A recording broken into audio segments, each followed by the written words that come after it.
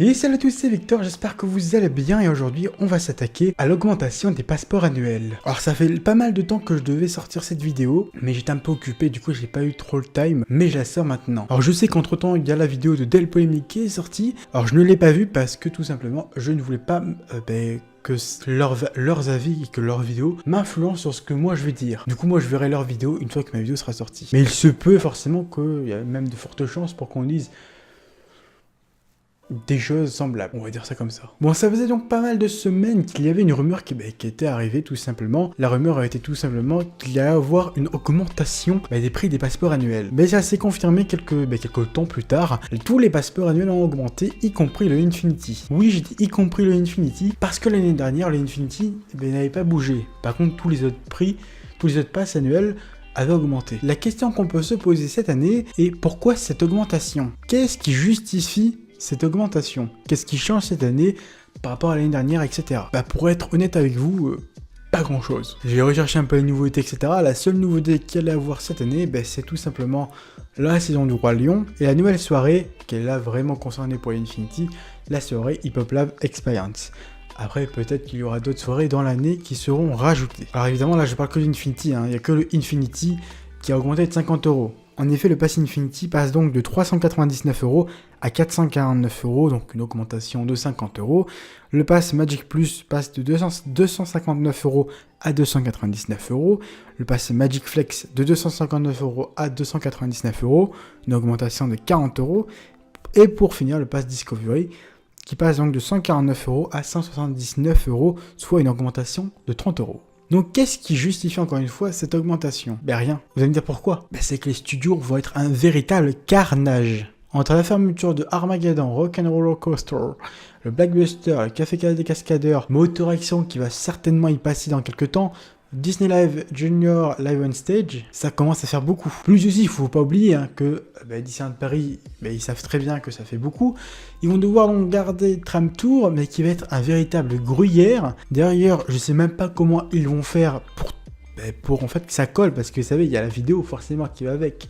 La vidéo a été tournée en 2002, et ça se voit d'ailleurs. Comment ils vont faire pour expliquer ceci, cela? Alors, à moins qu'ils retournent une nouvelle version, ce qui est probable, et certainement probable, parce que ça va certainement rester encore 2-3 ans à tous les coups. Mais en tout cas, Tram Tour, ça va être un vrai gruyère, le bordel. Voilà. Ils vont reconstruire une gare, et ça va être un carnage, vraiment. Les studios, pendant les prochaines années, jusqu'à l'ouverture des nouveaux lands, enfin même, j'ai envie de dire plutôt jusqu'à l'arrivée de Marvel Land, ça va être un vrai carnage et un vrai gruyère, le bordel. Donc déjà, juste pour ça, théoriquement, je comprends pas pourquoi ça doit augmenter. Je dirais même que ça devrait plutôt baisser. Non. Ça augmente. Alors qu'est-ce qui peut justifier? Alors évidemment, je l'ai déjà dit tout à l'heure, il y a la nouvelle saison du Roi Lion et la nouvelle soirée Hip Hop Live Experience. Et voilà.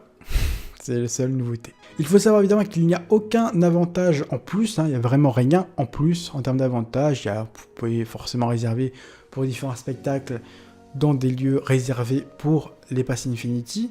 Vous avez toujours les promotions dans les boutiques, restaurants, etc. Il n'y a rien, vraiment rien qui change en termes d'avantages. Après, pour être honnête avec vous, il y a aussi un truc qui m'a un petit peu énervé sur les réseaux, parce que forcément ça a fait scandale.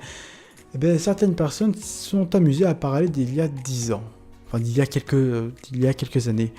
Sauf que je ne comprends pas le rapport en fait entre il y a quelques années où le parc n'avait strictement rien, on n'avait pas de spectacle nocturne, les hôtels étaient dégueulasses, la bouffe était pas ouf, le parc était dans un état mais c'était pitoyable, on n'avait pas de spectacle, on n'avait pas de saison, les attractions tombaient souvent en panne. Donc je comprends pas pourquoi on compare l'époque où les passes annuelles coûtaient vraiment pas cher, ils mettaient même des passeports gratos, à aujourd'hui. Je ne comprends pas comment on peut comparer. C'était pas du tout la même politique de Disney, pas du tout les mêmes choses qui étaient proposées à l'époque.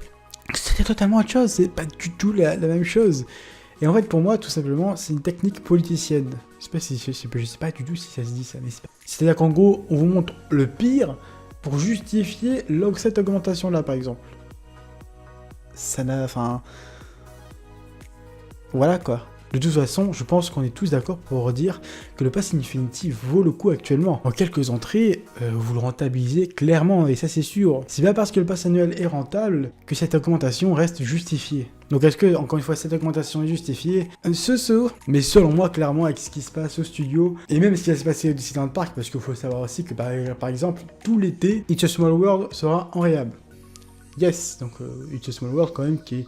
Il y a quand même du monde dans It's a Small World. Le problème est que si on prend un pass en plus, un pass annuel aujourd'hui, faut pas oublier du coup que dans quelques temps, Armageddon, Rock, Blockbuster, Café, les Cascadeurs, Motor Action et tout vont certainement fermer. Enfin, de toute façon, Armageddon et Rock, c'est sûr, Blockbuster aussi. Mais Motor Action va certainement aussi y passer.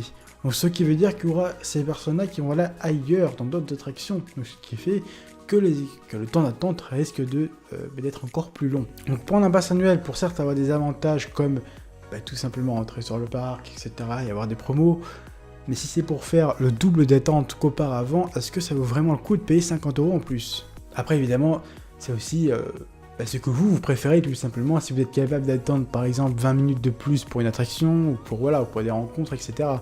En tout cas, ce qui est sûr, c'est que, moi je suis convaincu que c'est clair que dans les attractions et même dans les rencontres personnages, il y aura beaucoup plus de monde dans les futurs mois. Après, évidemment, il faut accepter tout simplement la nouveauté et le fait que Marvel Land arrive. En gros, c'est du mal pour du bien. Est-ce que ça vaut toujours le coup de prendre le pass annuel?